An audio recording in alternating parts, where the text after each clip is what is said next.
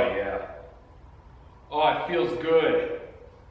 Oh hey, didn't see you there. Thanks for clicking on this video and not skipping any ads. It really shows that you're a top-notch fella. You know what isn't top-notch? Accidentally deleting a bunch of your footage. Ha ha ha, that sucks. And that's exactly what happened. So here's a dramatic reenactment of the events in question. Oh wow, gee Stacy, those sure are some rockin' knockers. Alright, I'm gonna get to work on my car now. Bye. Oh boy, I sure can't wait to get to work on my car and get everything together. I better put this part on it that I'm sure will fit.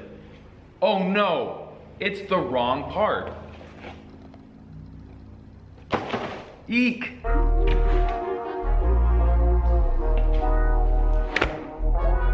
It's 2 weeks later, and we can finally put the car back together. So this box is from Aerospace Components. I'm sure that is a pretty dead giveaway on what this is. So let's give a quick update on everything. So the last thing you guys saw is that the rotors didn't fit. The hubs and bearing diameters and all that are different for an early first gen versus a later first gen. That is actually something that I knew and completely forgot about when my buddy Brandon said, here, you can have these rotors, they're already re-drilled. Completely slipped my mind. I was just stoked to have a 5-lug conversion for the front. So I was kind of torn on what to do next, and I ended up trying to re-drill the factory hubs for this myself, and I got the pattern perfect. The only issue is that it was like half of a quarter of a millimeter off-centered. And I was like, oh my God, this fucking sucks. And it took like forever to do it. I mean, it took easily like 4 hours to do one because I was trying to be so precise. I was using one of these wheel adapters like this to make sure that the bolt pattern was perfect, which the bolt pattern was perfect. Just the centering was so slightly off. And I was like, my God, this sucks. So after that, I was like, well, I could just buy some new replacement rotors for it and then just take it to a machine shop and have them do it, because honestly, I just didn't want to go through that whole process again and then risk fucking it up again. And then I was thinking, this car's probably gonna be pretty quick. Like the calipers are probably fine, but the rotors themselves are really dinky. And trying to slow this thing down at like 130, 140 miles an hour, I don't know, I just didn't really feel like risking. I figured I'll just bite the bullet and get some good brakes for the front of this thing. I don't have to worry about it, you know, just peace of mind. So 2 weeks and almost $800 later, we've got a set of pretty rad, hopefully pretty rad, Aerospace Components front brakes. And a lot of peanuts.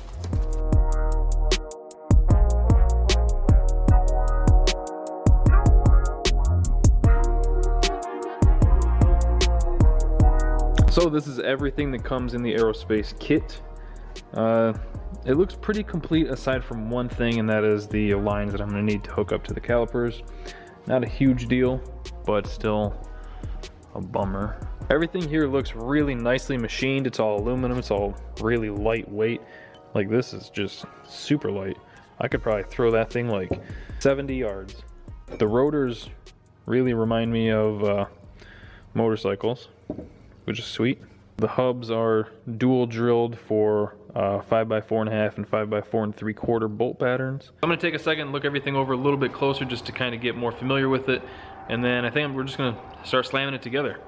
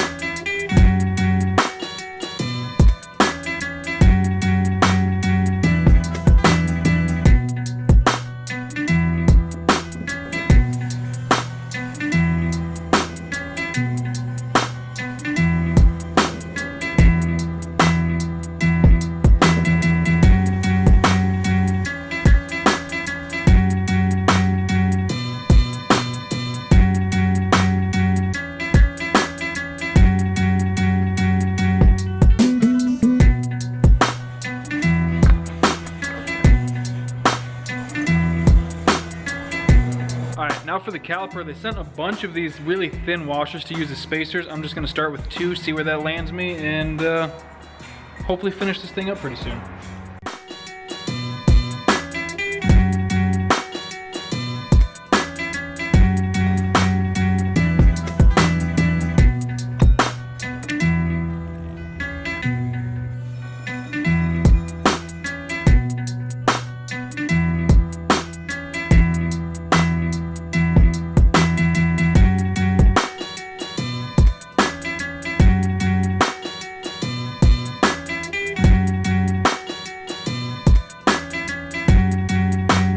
Alright, brakes are all done. Let's get this thing lowered and see how it looks on the new wheels and tires.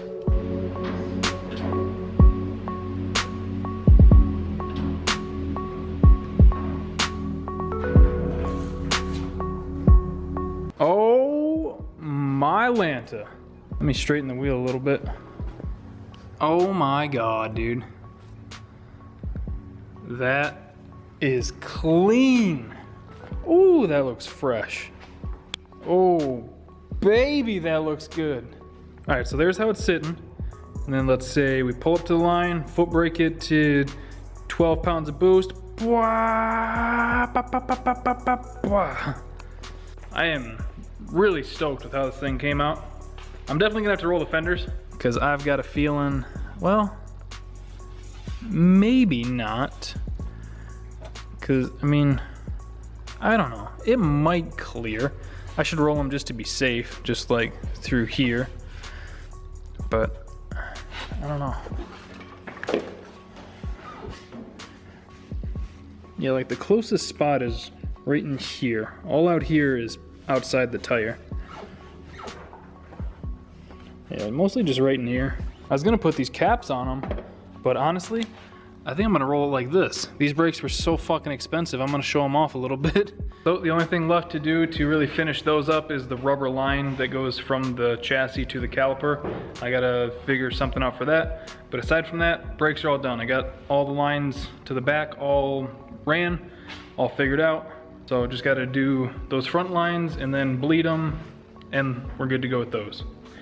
You wanna know something absolutely disgusting that made me wanna throw up last night? Between the front brakes and then all new rear brakes, I've got $900. $900 worth of brakes on this car. But we can cross another thing off the list.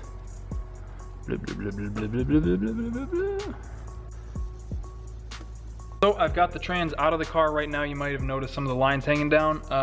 You'll see that hopefully in the next video or one of the next few videos. So we are one step closer.